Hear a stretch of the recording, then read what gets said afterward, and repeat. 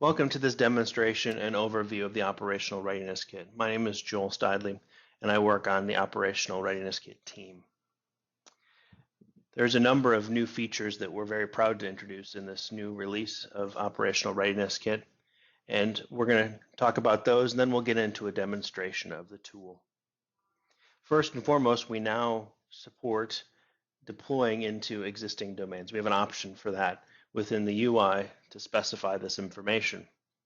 We also added a number of new deployment templates, including the product line architectures for infrastructure as a service. We have 4 options for deploying those. We also added a SQL HADR deployment template, and we also added Windows Azure Pack websites to a number of our existing deployment templates for you to be able to deploy that rapidly as well. We can also deploy across multiple hosts, which is more important as we grow and add virtual machines to these deployment templates that we're able to span across multiple hosts. Also, for environments that are deploying multiple deployment templates on the same hosts, we implemented an option in the wizard to specify a prefix so that you don't have clashing of names, but rather you could deploy multiples on those same hosts. We have lots of improvements in our checklist UI and functionality. We now also allow you to export the configuration as an XPS file for your documentation later, and lots of additional logging for easier troubleshooting when things may not go as planned. So if you've not used the Operational Readiness Kit before, what's the deployment process? Well, first we ask that you review all the documentation. You understand the hardware requirements, and you understand the process for that deployment. Then we also have you deploy at least one Windows Server 2012 machine with Hyper-V enabled and at least one virtual switch.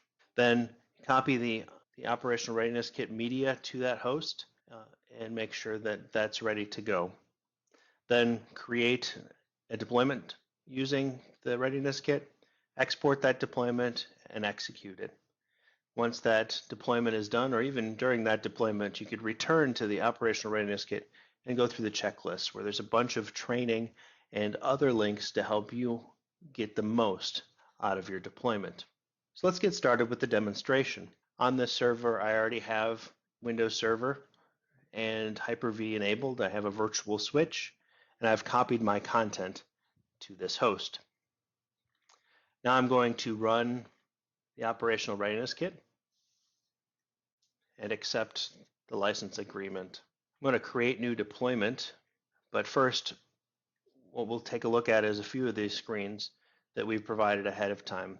We've got some documentation to review. We've got a video that, much like this one, will show you how to use the Operational Readiness Kit. Also have a number of screens that detail the process for doing the deployment. If you ever get lost, click the help button and it'll bring you back to these help screens. You can also load an existing deployment if you already have one created, and then be able to modify that before you deploy it. And you could also see the latest version of the tool that you have in this about. But let's go ahead and create a new deployment. In this wizard, we first are asked to give this deployment a name and then give the information about the user and the organization that we want to register this deployment to. So for every Windows and System Center component, it'll make sure that it uses this name for registration. On the second page, we're given a list of all of the templates that we could choose from. As you see, we've added all of these PLA architectures, the SQL one, as well as a larger CloudOS deployment that includes Azure Pack websites. You can get a brief description of each of these templates below, or click the Details button for a much more detailed description of what is going to be deployed. So let's pick this medium highly available CloudOS deployment and click Next. Here we could then provide on this domain information screen whether this is going to be an existing domain or a new domain, and then provide the information about what the domain name is and also where we want to create the service accounts, the groups, and computer accounts that are needed to be able to install all of these things.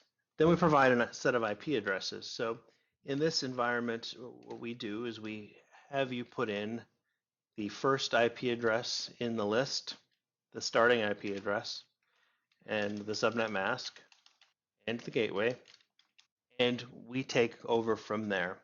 So in a deployment that will include Active Directory, we automatically take the first two IP addresses and make those your domain controllers, or into an existing domain. Then you would specify your domain controller information here. Also specify your VLAN ID if needed, as well as the virtual switch that's created on this Hyper-V server. On the virtual machine information screen, we're able to put in information around where our VMs are going to be stored, where the VHDs are. We're able to pick whether we want copy or differencing. Definitely recommend copy for more production environments, but differencing is a great way to save space and be able to test this out, maybe with a little bit less performance. We can assign a time zone, and we could, if we have replaced or have a VHD created for generation 2 for Windows Server 2012, we can specify that we want a second generation VM. We click next, we go to the virtual machine placement screen, and we're able to specify the host that we want to deploy to. And by default, you have the local host, and then you could add additional Hyper-V hosts here and go round robin, which means it'll deploy to one, to the next one, and you could deploy to as many as you'd like to specify here. If you specify the limit server memory and then specify an actual amount of memory, it will fill up the first Hyper-V host up until that amount of RAM and then move to the next one. For this deployment, we'll just leave it in round robin. Then we'll specify our service account passwords, and this will be specified both for the service accounts and for the installer account. And the installer account is what's used to do all of the installation pieces, and the service accounts are assigned to individual services. As part of making this simple, we ask for it just once rather than specifying for every single service account, but you could re-specify those later after the wizard's complete. Here on the other information, we can paste in our product keys for our media if we choose to do so, and we can also specify a deployment prefix. This allows you to run this deployment, and all of the machine names will have this prefix on it. Then you could run it again and put a different prefix. That way, in Hyper-V Manager, you're not going to see the same VM name. You'll have differing VM names and be able to do multiple deployments. Click next, we get to the confirm, and then we can review what we've specified in this wizard, and then click finish. So now that we've got our deployment created using the create no deployment wizard, we now have the details screen where we show a list of all of the virtual machines that will be created. We could click on each of these virtual machines and look at their details, change configuration if we need to, or make other changes with service accounts and things like that from here. For example, we didn't want to use the same service account password for each of our services. We could click through the services here and make those changes. Once we're all set with what our configuration should be, we should save our deployment so that our configuration is saved for next time. And then we want to export our deployment. When we export our deployment, we get to review all of our licensing terms. Since the deployment will skip showing us all of that, we see the licensing terms here. Next, we pick the location we want to export our configuration to.